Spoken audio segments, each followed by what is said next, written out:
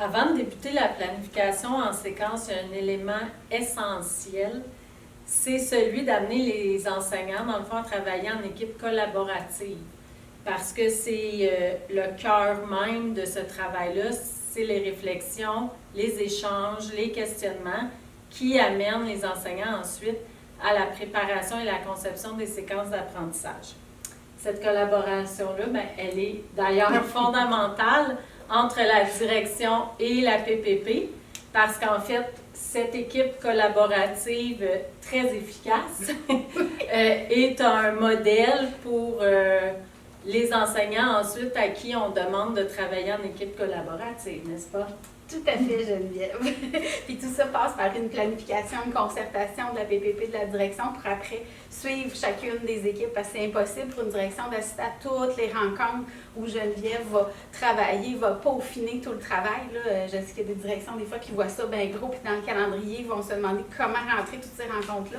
C'est pas possible, mais de se réguler, d'avoir des cubes, on est rendu là, telle équipe, c'est merveilleux et c'est là que c'est la richesse du projet.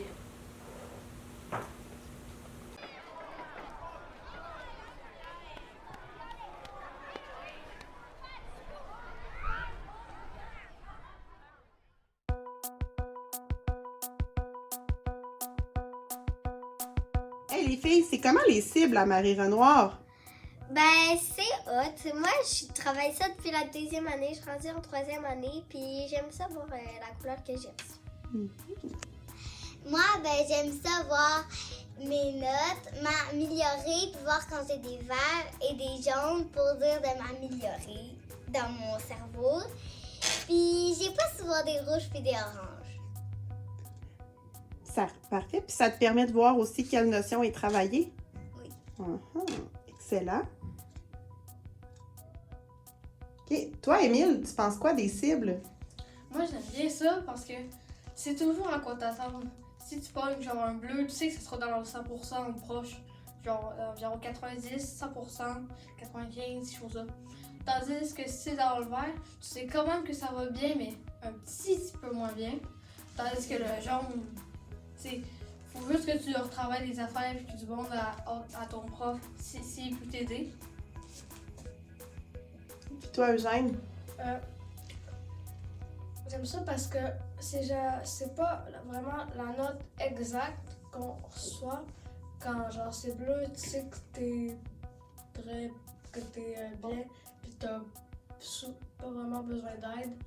Mais tu sais que si tu apprends un examen, t'es dans l'orange, tu sais qu'il faut que tu te repratiques. Fait que là, on sait que c'est ça. Puis vous, les gars, ça vous arrive-tu d'avoir des rouges? Non, parce qu'on fait le travail demandé Ouais. bien, puis qu'on s'entraîne, puis on fait beaucoup d'ateliers pour qu'on puisse toujours avoir vert, jaune ou bleu.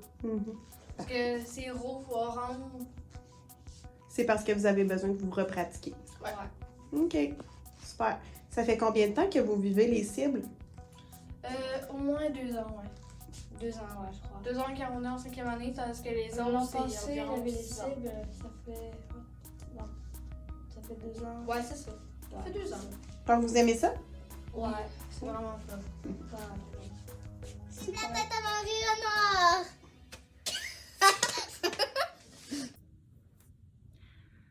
Alors, l'avantage des cibles pour quand nos 3 cocos ont commencé les apprentissages en 2e année, ça a été vraiment de clarifier ce qui était attendu de leur part au niveau des connaissances et des compétences. Donc, on savait clairement, par exemple, qu'il y avait à écrire 3 phrases de façon autonome.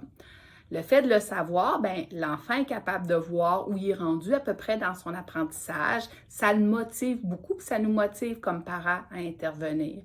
Ça nous permet aussi d'être plus autonome dans l'auto-évaluation de ces apprentissages-là. Donc, on se sent plus compétent, on sait à peu près où notre enfant est rendu, on est capable de lui donner des trucs et c'est plus clair pour tout le monde.